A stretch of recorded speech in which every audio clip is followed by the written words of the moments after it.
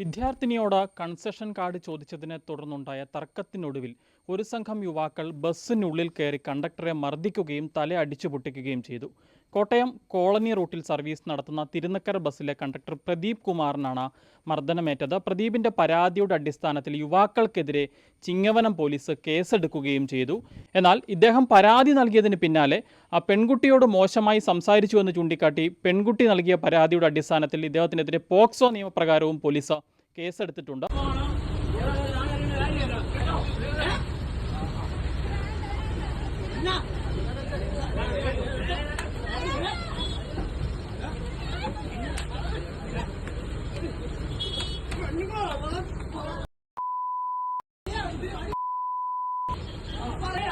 ചേട്ടാ, എന്താണ് സംഭവിച്ചത്?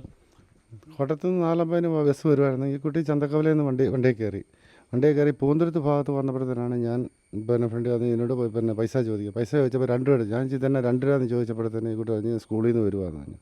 ഞാൻ പറഞ്ഞു ഞാൻ സ്കൂളിൽ പോയായിട്ട് തോന്നത്തില്ല, യൂണിഫോം ഇല്ല, കൺസെഷൻ കാർഡ് ഐ ഡി കാർഡെല്ലാം ഞാൻ ചോദിച്ചപ്പോൾ ഇതൊന്നും കയ്യിലില്ല.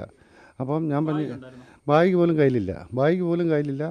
അപ്പോൾ ഒരു സ്കൂളിൽ പോയായിട്ട് ഒരു ഇത് നമുക്ക് കാണാനില്ല. അപ്പം കൺസെഷൻ കാർഡില്ല, ഐ ഡി കാർഡില്ല, യൂണിഫോം ഇല്ല, ബാഗ് ഒന്നുമില്ല. അപ്പോൾ ഞാൻ പറഞ്ഞു 2 രൂപ മേടിച്ചിട്ട് പറഞ്ഞു നാളെ തൊട്ട് നീ എന്തെങ്കിലും ഇത് വേണം, ഒന്ന് യൂണിഫോം വേണം, അല്ല കൺസെഷൻ കാർഡെല്ലാം തരണം.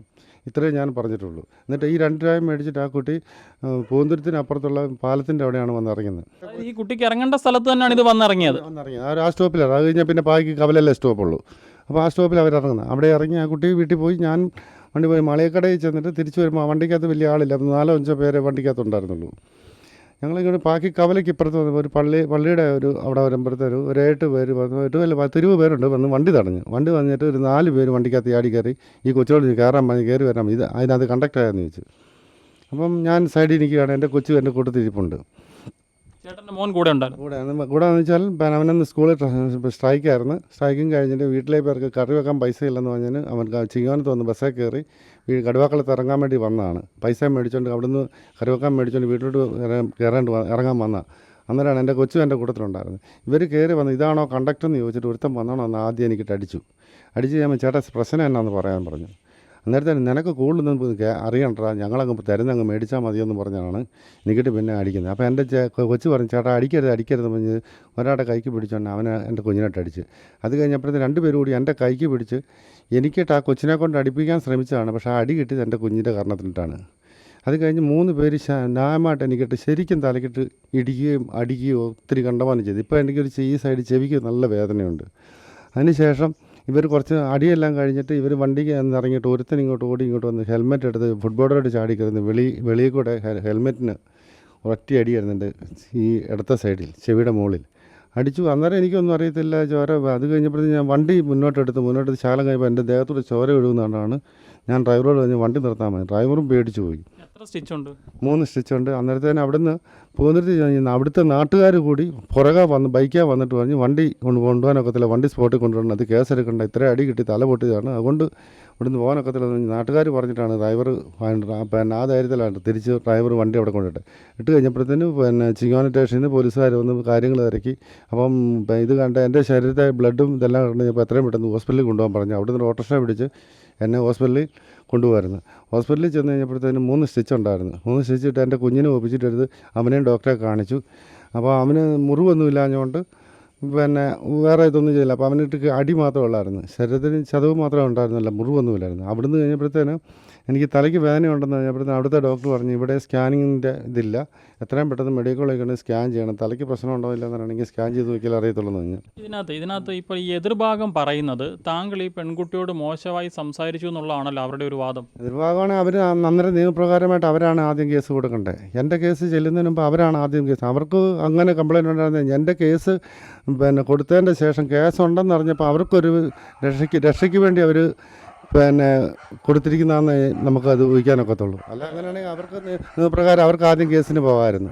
ചേട്ടനെ ഒത്തുതീർപ്പിന് ശ്രമിച്ചിരുന്നു? ഒത്തുതീർപ്പിന് പലരുമായിട്ട് വിളിച്ചെന്ന് വെച്ചാൽ അവിടുത്തെ ഒരു പഴയ ഒരു കൗൺസിലർ 2-3 പേർക്ക് ആവശ്യപ്പെട്ടു ഇത് എങ്ങനെയും പ്രശ്നം പറഞ്ഞു തീർക്കാൻ പറ്റുമെന്ന് ചോദിച്ചപ്പോൾ അവരെല്ലാം അത് പറഞ്ഞു തീർക്കാൻ ഒക്കത്തില്ല. അപ്പോൾ അത് തന്നെയല്ല പുള്ളിക്കിട്ട് അത്രയും മർദ്ദിച്ചാണ്, പുള്ളി അത് നടക്കുമെന്ന് തോന്നുന്നില്ലെന്ന് പറഞ്ഞു. അത് കഴിഞ്ഞ് നേരിട്ട് ആരും ഉണ്ട്. അത് കഴിഞ്ഞ് സ്റ്റേഷനിൽ ചെന്നപ്പോഴത്തേന് CA പറഞ്ഞ് ഏതെങ്കിലും സെറ്റിലാകുന്നതല്ല, അവർ കൗണ്ടർ കേസ് അല്ല പിന്നെ തൻ്റെ പേര് പോസ്കോ കേസ് എഴുതി തന്നിട്ടുണ്ട്, എഴുതി തന്നിട്ടുണ്ടെന്നൊക്കെ പറഞ്ഞു. അതായത് താങ്കൾ ഒത്തുതീർപ്പിന് തയ്യാറാവുന്നില്ല എന്ന് കണ്ടപ്പോഴാണ് ഇവർ കൗണ്ടർ കേസ് കൊടുക്കുന്നത്. ഞാൻ പറഞ്ഞു എന്ത് വന്നാലും ഇത് കേസ് ചാർജ് ചെയ്താൽ മതിയെന്ന് പറഞ്ഞുകൊണ്ടാണ് തീർച്ചയായിട്ടും പോലീസുകാരത് കേസ് എടുക്കാൻ തന്നെ. അതും വൈകിട്ട് 5 മണി വരെ 5:30 വരെ എന്നെ എഴുതിയതിന് ശേഷമാണ് ആ കേസ് എടുത്തത്. രാവിലെ 9:30 മുതൽ ഞാൻ അവിടെ ഇരിക്കുന്നത്. സിയെ തന്നെ എനിക്ക് ഭക്ഷണം മേടിച്ചു തന്നെ. 3:30 ആയപ്പം ഞാൻ പട്ടണിക്ക് ഇരിക്കുന്ന കണ്ട് സിയെ ഞാൻ പറഞ്ഞു സാറേ ഞാൻ വീട്ടിൽ ചെന്ന് ആഹാരം കഴിക്കുന്നുള്ളെന്ന് പറഞ്ഞു. അപ്പോൾ വാർഡെന്ന് പറഞ്ഞ് എന്നെ വിളിച്ച് ജീപ്പേ കയറ്റി CSR തന്നെയാണ് എനിക്ക് ആഹാരം വരെ മേടിച്ചു തന്നെ. ഞാൻ 6:30 കഴിഞ്ഞാണ് പോലീസ് സ്റ്റേഷനിൽ നിന്ന് പോരുന്നത്. രാവിലെ 9:30 ആയപ്പോൾ ചെന്നിട്ട് 6:30 മണിക്ക് ശേഷം ഞാൻ ആ പോലീസ് സ്റ്റേഷനിൽ നിന്ന് ഇറങ്ങി പോകും. 6 മണിക്കാണ് വൈകുന്നേരത്താണ് താങ്കളുടെ പരാതിയിൽ FIR ഇടുന്നത്. അതിനുശേഷമാണ് ഈ പറയുന്ന പെൺകുട്ടി താങ്കൾക്കെതിരെ കൗണ്ടർ കേസ് കൊടുക്കുന്നത്. അതുവരെ അവരാരും അവരെ വിളിക്കുന്നുണ്ട്, നിങ്ങൾ വാന്ന് പോലീസുകാർ മാറി CS സഹിതം വിളിക്കുന്നുണ്ടോ, ആരും പോലീസ് സ്റ്റേഷനിൽ വന്നിട്ടോ ഒന്നുമില്ല. അതിനുശേഷം നമ്മൾ വന്ന് വൈകിട്ട് പരാതി കൊടുത്തെന്നാണ് പറയുന്നത്. അതിനകത്ത് നമുക്ക് എപ്പോഴാണ് അവർ പരാതി കൊടുത്തത്, അത് സ്വമേധ പോലീസുകാർ കേസെടുത്താണോന്നോ എനിക്കറിയത്തില്ല. അവരുടെ പരാതിയുണ്ട്. താങ്കളുടെ പരാതിയിൽ FIR ഇട്ടതിന് ശേഷം അവർ പരാതി കൊടുക്കുകയാണ്. ആ പരാതിയിൽ കേസെടുത്തിട്ടുണ്ട്. താങ്കൾക്കെതിരെ പോക്സോ അടക്കമുള്ള വകുപ്പുകൾ ചുമത്തിയാണ് കേസെടുത്തിരിക്കുന്നത്. അതെ, അത് ഞാനിപ്പോൾ പറയുന്നു. ഇപ്പോൾ ഞാൻ അത് കഴിഞ്ഞപ്പോഴത്തേന് അഡ്വക്കറ്റിനെ പോയി കണ്ടു. അഡ്വക്കറ്റിനെ കൊണ്ട് കഴിഞ്ഞപ്പോഴത്തേന് അഡ്വക്കറ്റ് പറഞ്ഞു ചേട്ടാ കുറ്റിക്കകത്ത് പോകും എന്നായിരുന്നു. ഞാൻ പറഞ്ഞു ഞാൻ ചെയ്യാത്ത കുറ്റാ, ഞാൻ പോലും കുഴപ്പമില്ല, പക്ഷേ അവരുടെ പേര് കേസ് ഇത് ധാരണയ്ക്ക് ഞാനില്ലെന്ന് പറഞ്ഞു. എനിക്കിട്ട് ഇത്ര അടിച്ചിട്ട് ഞാൻ ഒത്തുതീർപ്പ് ഞാനില്ല. എനിക്ക് കുഞ്ഞുങ്ങളുണ്ട്.